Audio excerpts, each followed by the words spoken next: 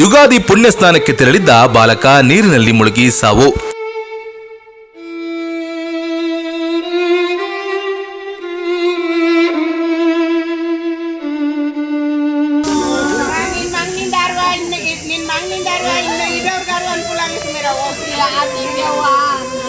ಮೈಸೂರು ಜಿಲ್ಲೆ ಟಿ ನರಸೀಪುರ ತಾಲೂಕಿನ ತ್ರಿವೇಣಿ ಸಂಗಮದಲ್ಲಿ ಈ ಘಟನೆ ನಡೆದಿದ್ದು. 13 ವರ್ಷದ ಶರಣ್ ಎಂಬಾತ ಮೃತ ದುರ್ದೈವಿ.